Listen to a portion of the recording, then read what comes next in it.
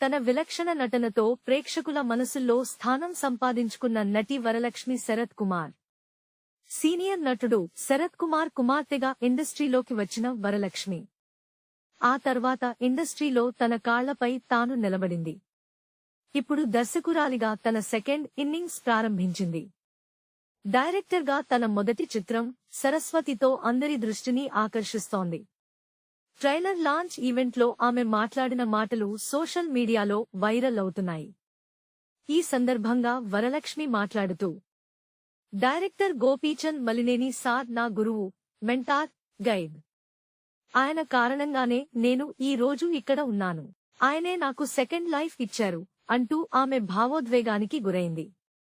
ఇండస్ట్రీలో అమ్మాయిలు సర్వైవ్ అవ్వడం చాలా కష్టమని, వారికి సపోర్ట్ ఇవ్వాలని ఆమె కోరింది.